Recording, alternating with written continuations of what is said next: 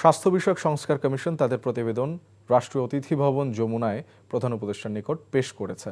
সোমবার সকাল 11টায় স্বাস্থ্য বিষয়ক সংস্কার কমিশন তাদের প্রতিবেদন অন্তর্বর্তীকালীন সরকারের প্রধান উপদেষ্টা ডক্টর মোহাম্মদ ইউনূসের কাছে পেশ করেন।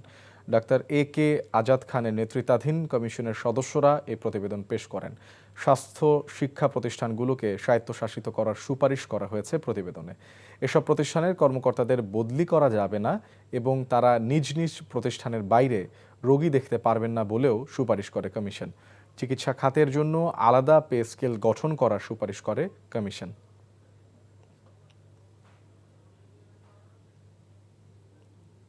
বান্ডেল থাকলে প্রতি সেনমানিতে টাকা বাঁচবে।